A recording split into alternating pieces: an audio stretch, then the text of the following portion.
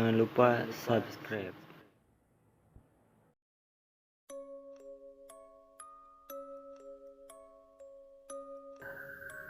Assalamualaikum warahmatullahi wabarakatuh. Selamat malam buat kalian yang melihat atau mendengarkan video di channel ini. Seperti biasa, saya di sini akan menceritakan hal seram dan misteri. Dan untuk cerita malam hari ini, tukang gali kubur PS Ririwa. Aki Udung namanya. Beliau adalah tukang gali kubur dan narasumber dari kisah misteri tukang gali kubur PS Ririwa ini. Beliau menceritakan kejadian yang dialaminya beberapa waktu yang lalu. Aki Udung, begitulah panggilan akrab masyarakat Dusun Babakan. Beliau berusia 56 tahun dan berprofesi sebagai penggali kubur di pemakaman yang tak jauh dari tempat tinggalnya. Pada suatu hari, di Dusun Babakan ada orang yang meninggal dunia. Aki Udung dan yang lainnya pun berangkat ke makam untuk menggali kuburnya. Tak lama kemudian, kuburan pun sudah siap, tinggal menunggu jenazahnya. Sambil nunggu jenazah datang, Ki Udung duduk istirahat bersama yang lain sambil ngobrol dan minum kopi untuk mengisi kekosongan. Ki Udung mulai bercerita macam-macam tentang kejadian mistis yang pernah dialaminya. Di antaranya tentang hantu yang sering datang dan menakuti Ki Udung di rumahnya. Menurutnya ia pernah melihat tuyul bermain di depan pintu rumahnya. Juga penampakan genderuwo dan pocong di depan kedua matanya. Namun ceritanya belumlah selesai karena jenazah sudah keburu datang dan untuk segera dikuburkan.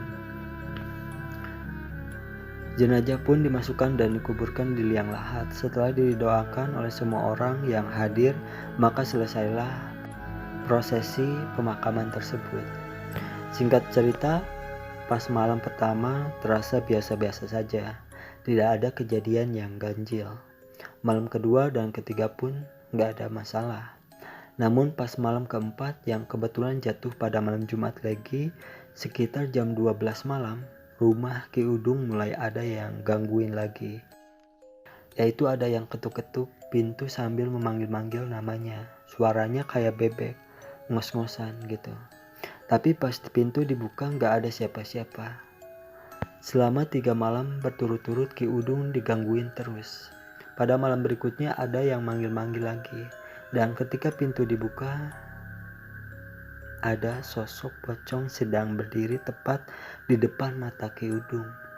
Akhirnya Ki Udung kesal, maka keesokan harinya ia mengajak temannya yang biasa gali kubur juga untuk pergi ke kuburan di malam hari. Sesudah sholat maghrib, berangkatlah Ki Udung berdua dengan temannya menuju kuburan dengan membawa senter dan sebuah ruas bambu yang dipotong di bagian bukunya sebelah, serta sedikit sobekan kain. Sesampainya di kuburan, hari sudah mulai gelap. Tanpa pikir panjang, dicarilah kuburan yang baru beberapa hari itu. Kemudian Ki Udung dan temannya tidur terlungkup menghadap ke arah kuburan, dengan posisi seperti mengintip sesuatu. Gak lama kemudian, sekitar jam 9 malam tiba-tiba kuburan itu bergetar dan duar, seperti ada suara petasan besar yang meledak dalam kuburan itu. Tak lama kemudian, keluarlah cahaya merah seperti api dan langsung melesat ke atas entah kemana. Sesudah cahaya itu pergi, Ki Udung dan temannya bangun menghampiri kuburan itu. Tapi gak ada perubahan apa-apa pada kuburan itu. Tetap saja begitu, namun ada satu yang janggal. Persis di atas pusernya kuburan itu ada sebuah lubang sebesar jempol kaki. Maka lubang itu dicongkel-congkel oleh Ki Udung. Kemudian ruas bambu yang telah disiapkan tadi dimasukkan ke dalam lubang itu dengan posisi yang bolongnya menghadap ke atas. Sesudah selesai pasang bambu, maka Ki Udung dan temannya pun kembali ke posisi semula.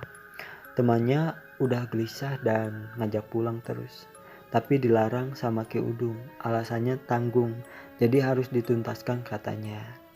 Kira-kira jam 4 subuh tiba-tiba cahaya merah yang tadi datang lagi dan langsung masuk ke lubang bekasnya keluar tadi. Tapi karena lubangnya sudah ditutup bambu oleh Ki Udung, saat Ki Udung melihat cahaya itu masuk ke dalam bambu itu, Ki Udung dengan cepat menutupnya dengan sobekan kain yang dibawanya. Gak pakai nunggu lama lagi, Ki Udung dan temannya pun langsung pulang. Sampailah di rumahnya. Hari sudah menjelang pagi. Sesudah istirahat sebentar, maka dibukanya